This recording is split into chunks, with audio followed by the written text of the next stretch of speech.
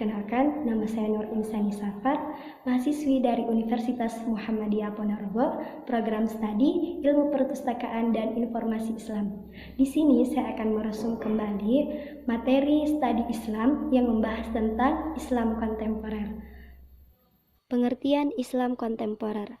Secara bahasa, Islam artinya damai, selamat, tunduk, dan bersih.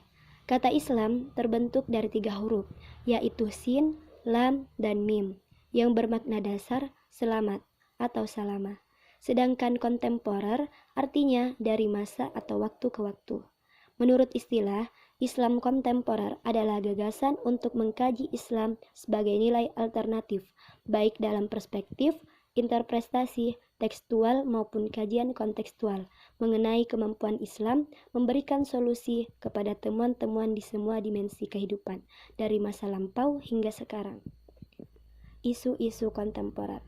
Isu-isu kontemporer adalah isu yang berkembang serta meluas setelah Perang Dingin berakhir pada era 1990-an. Pengertian mengenai isu-isu global kontemporer terkait erat dengan sifat dari isu-isu tersebut yang tidak lagi didominasi oleh hubungan Timur Barat, seperti ancaman perang nuklir, persaingan ideologi antara demokrasi liberal dan Marxisme, Leninisme, dan diplomasi krisis. Masyarakat internasional kini dihadapkan pada isu-isu global yang terkait dengan tatanan dunia baru. Faktor-faktor yang melatar belakang munculnya isu hukum Islam kontemporer. Yang pertama yaitu arus modernisasi yang meliputi hampir sebagian besar negara-negara yang mayoritas penduduknya adalah umat Islam. Adanya arus modernisasi tersebut mengakibatkan munculnya berbagai macam perubahan dalam tatanan sosial umat Islam, baik yang menyangkut ideologi, politik, sosial, budaya, dan sebagainya. Kemudian, munculnya keadaan baru di kalangan cendekiawan Muslim kontemporer untuk menggugat kemapanan sistem hukum Barat di banyak negara Islam. Bagaimana mungkin kaum Muslim diatur dengan sistem asing? Pertanyaan serupa ini menyadarkan kalangan Muslim untuk berupaya mewujudkan fikih Islam yang relevan dengan perkembangan zaman. Dan yang terakhir, masih terpakunya pemikiran fikih klasik lawan kontemporer dengan pemahaman yang tekstual, ada HAC dan parsial sehingga kerangka sistematika pengkajian tidak komprehensif dan aktual, sekaligus kurang mampu beradaptasi dengan perkembangan yang ada. Hal-hal yang mempengaruhi Islam kontemporer.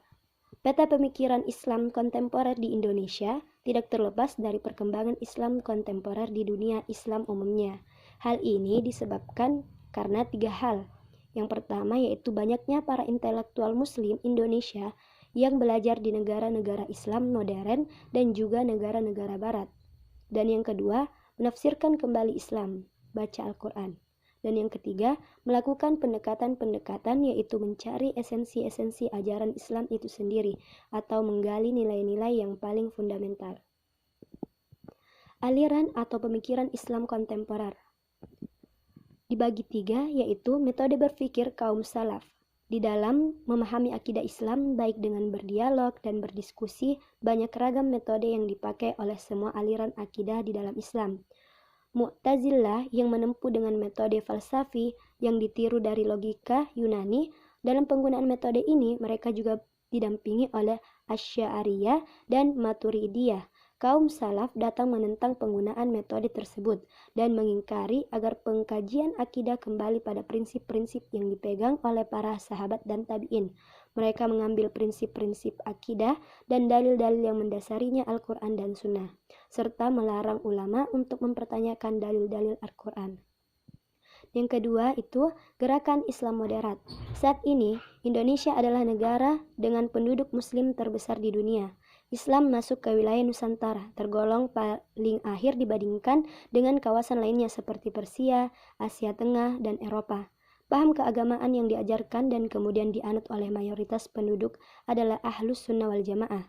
Sebuah paham moderat secara harfiah, Ahlus Sunnah wal Jamaah adalah penganut sunnah, tradisi atau kebiasaan yang dilakukan oleh Nabi Muhammad SAW dan kesepakatan para ulama.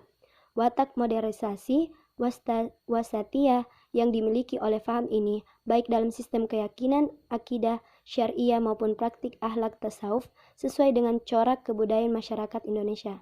Dan yang ketiga yaitu Islam liberal. Islam liberal mempunyai makna kebebasan tanpa batas atau bahkan disetarakan dengan sikap permisif, ibahiyah, yaitu sikap menolerir setiap hal tanpa mengenai batas yang pasti. Dengan cara pandang seperti itu, Islam liberal dipandang sebagai ancaman terhadap keberagaman yang sudah terlembaga. Kelompok liberal dan ortodoksi dalam perumusan fikih. Muhammad Imara mengatakan bahwa umat Islam dalam memahami teks keagamaan dibagi menjadi dua, kelompok liberal dan ortodoksi. Kelompok liberal terlalu berlebihan dalam mengemukakan konsep ijtihad, sementara kelompok ortodoksi terlalu berlebihan dalam membatasi ijtihad, sehingga sampai pada titik jumud. Untuk itu harus diambil jalan tengah dengan merujuk pada pendapat Umar, di mana ia telah melakukan banyak ijtihad, yaitu dengan membatasi wilayah ijtihadnya pada urusan duniawi meskipun teksnya bersifat qat'i. Baik, mungkin cukup sekian dari saya.